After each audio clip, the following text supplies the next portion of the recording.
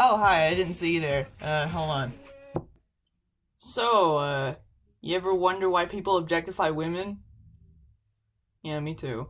I don't know who thought it was a good idea to start treating women like garbage, but it's been going on pretty much since the beginning of time. Seriously, I searched everywhere for a source documenting the first time a woman was viewed as only a sex object, but I couldn't find anything.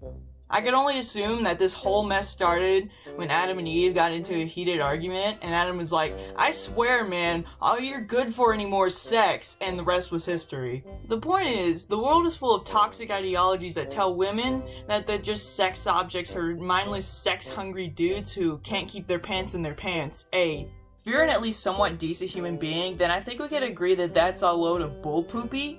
Obviously, there's not a human being on the planet whose only reasons for living are sex and procreation. Sadly, there are still people out there who think they gotta get every chick's number so they can do them or whatever. It's ridiculous, which is why I'm gonna take a minute to go into who this affects, why it's bad, and what you can do to make the world a less horrible place to live in. That and this assignment is something I have to do for school, so there's that. Now I know what you're thinking. Brooke, why are you talking about the men first? I thought you were gonna talk about objectifying women. But you know what? Shut up, okay? We'll get to the women. The men's perspective is also really important, okay? Just want to get that out of the way. Don't tell me how to do my assignment, alright? Shut up. I saw this one article called 4 Ways Men Are Taught to Objectify Women from Birth, which was written by a trans woman who recounts her experiences growing up as a boy, and it's wild, man. A direct quote from the article says, "When we're taught that an entire gender exists purely to satisfy others' needs, it dehumanizes millions of people, and it's very difficult to have empathy for someone that you don't view as a real person." That's a lot! A prime example of this terrifying mentality is a dandy little group of straight dudes who call themselves pickup artists. If you don't know, pickup artists are people who teach insecure straight men how to talk to women. That might sound like a good idea on paper, but in execution? You've been lied to by the fitness industry, media, and women about what really makes women attracted to you, like bees to honey. She says you're a psycho. Now, how would you respond if a woman said you're a psycho in a bar or something like that at a party? Well, the best way to respond to research is to say, oh, in what ways? What kind of a psycho do you think I am? With women, when they give you undesirable behavior, you need to punish it immediately so she knows it's not acceptable. Don't reinforce bad behavior with positive treatment, okay? Or is that every time you have sex with a new woman, that's a new mare in your stable. But when the mares come to you eventually, they go, well, where's this going? This obviously you're not serious about me. This isn't going anywhere. They're going to move on to greener pastures and exit your stable. Dude. Not that great? These dudes are literally out here telling other guys to view women as prey that they gotta pick up or catch. Like, bruh, I'm no relationship expert, but like, if you gotta catch a woman to get in a relationship with her, you should just like, not be dating, like, at all. Stay away from women, please. But wait! There's more! You wanna know what happens when a dude who listens to pickup artists goes out and actually tries that kind of stuff on women and makes them really uncomfortable and they get rejected all the time and they grow bitter because of all the times they get rejected? You get this group of people known as incels. If you don't know what an incel is, good, you're better off not knowing. Have a nice day. Alright, I'll tell you. If you don't know what an incel is, the term incel is short for involuntary celibate, which to my understanding is a dude who desires a sexual relationship but can't get one no matter how hard he tries, making him celibate against his own will. In other words, they're a bunch of heterosexual cis men who blame women for all of their problems. They see women purely as sex objects, and everything in their life centers around having sex with women. Everything. There's this one infamous quote that goes around the internet all the time, where there's this dude on Reddit who asks if having a daughter is the ultimate cuckoldry. Yes, I'm serious. Allow me to read it to you. Is having daughters the ultimate cuckoldry? I cannot think or comprehend of anything more cucked than having a daughter. Honestly, think about it rationally. You are feeding, clothing, raising, and rearing a girl for at least 18 years solely so she could go and get ravaged by another man. All the hard work you put into your beautiful little girl, reading her stories at bedtime, making her go to sports practice, making sure she had a healthy diet, educating her, playing with her, all of it has one simple result. Her body is more enjoyable for the men that will eventually have safe, consensual sex with. Raise the perfect little girl? Great! Who benefits? If you're lucky, a random man who had nothing to do with the way she grew up, who marries her, he gets to have intercourse with her, okay? He gets to do the naked horizontal shuffle with her every night. He gets the benefits of her kind and sweet personality that came from the way you raised her. As a man who has a daughter, you are literally dedicating at least 20 years of your life simply to raise a girl for another man to enjoy. It is the ultimate and final cuck. Think about it logically.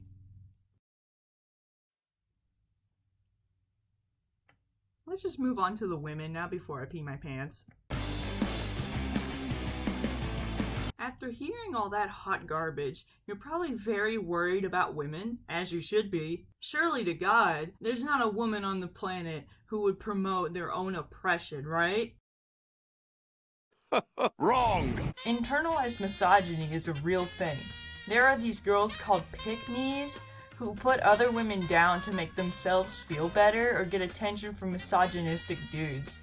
Some girls grow up saying how they're not like other girls because we're taught that femininity is inherently wrong for some reason.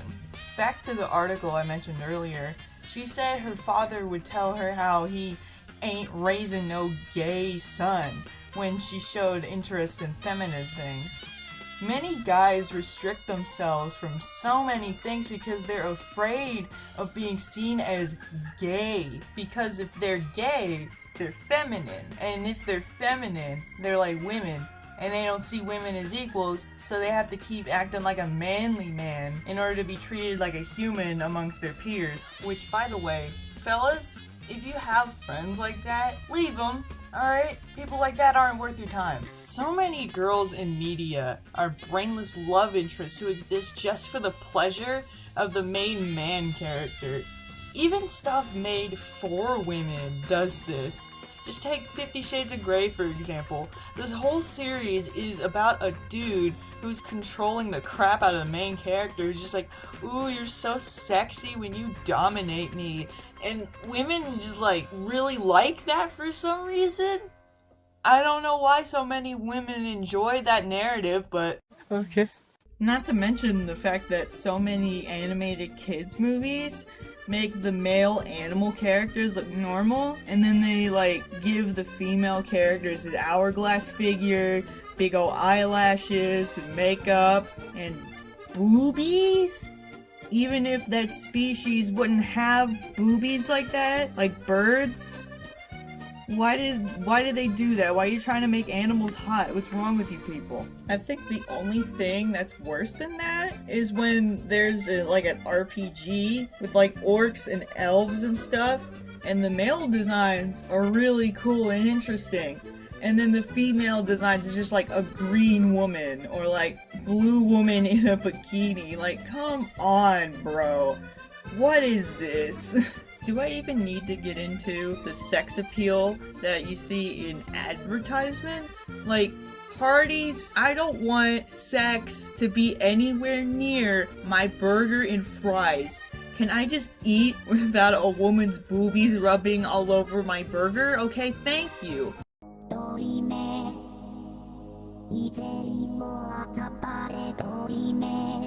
Much to the dismay of the entire female gender, people have used religion to oppress women. Good to know that not even church is safe from people who tell you what to do, all because you were born with a vagina. But before we go debunking toxic religion with facts and logic, let's take a look at everyone's favorite, the Catholic Church opinion. The Vatican principle that I found to be the most relevant to this topic roughly translate to the joy and hope, which mentions how everybody should be allowed to have rights regardless of sex, race, religion, etc. Objectifying women goes against the principle of having joy and hope with every person because you're discriminating people on the basis of sex in more ways than one. And, you know, it says not to do that, so checkmate, atheists.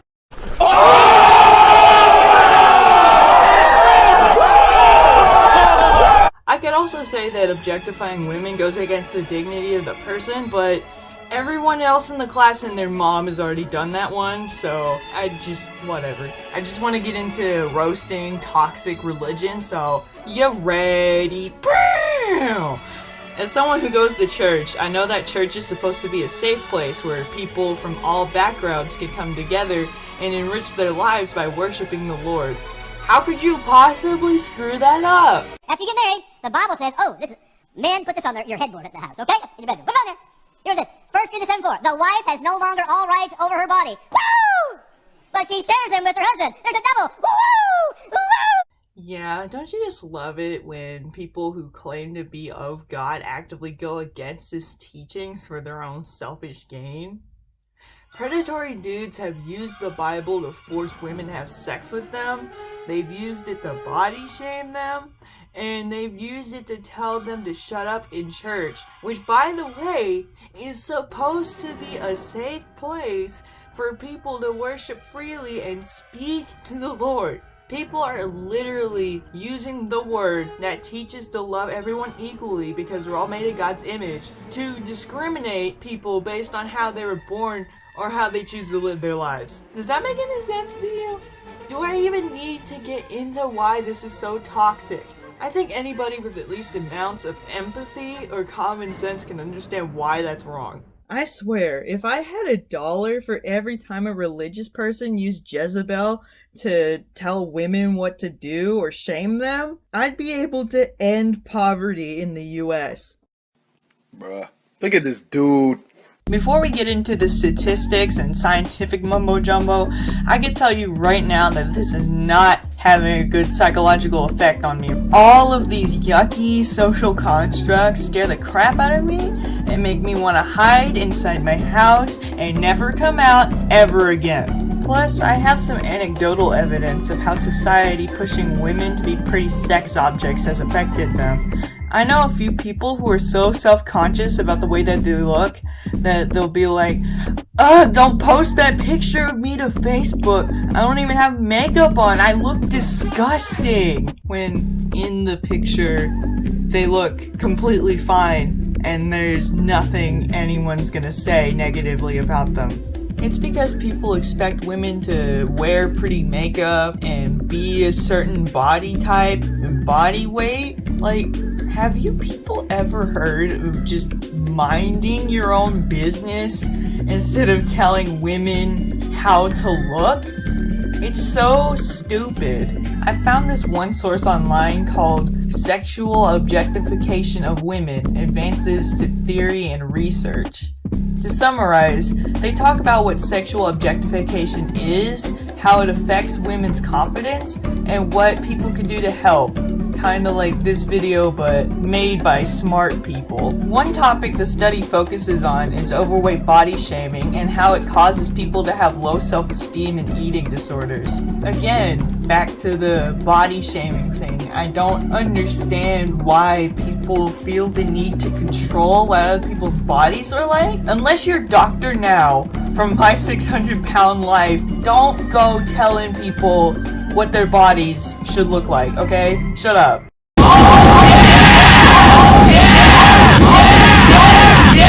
Now that I'm done ruining your day, let me try to unruin it by talking about what we could do to combat these horrible constructs. Just treat people like people, you know? There's no reason to treat males and females differently because there's very little real difference between the two sexes. Plus, what about the handful of intersex people out there? What are they supposed to do? Are they supposed to fill in both gender roles or neither of them? Why does that even matter? Can't we just let people live their lives as they please as long as they're not hurting anyone? You don't have to go get a girl or have a thigh gap or stay at home or bottle all your emotions to feel strong to people you shouldn't even be around in the first place. People aren't objects. They're people.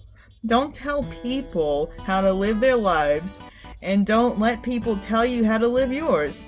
Being human is your most precious assets. Not your looks, not the pussy, not your schlong, not your money. Nobody should be reduced to those superficial traits. The best thing you could do as a human being existing on this miserable planet is to stop judging others and just live your life, man. I want to end this video on a positive note.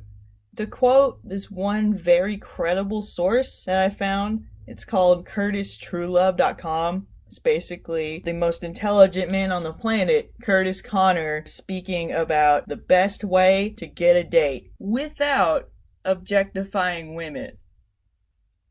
I don't know, dude. Just don't be a weirdo.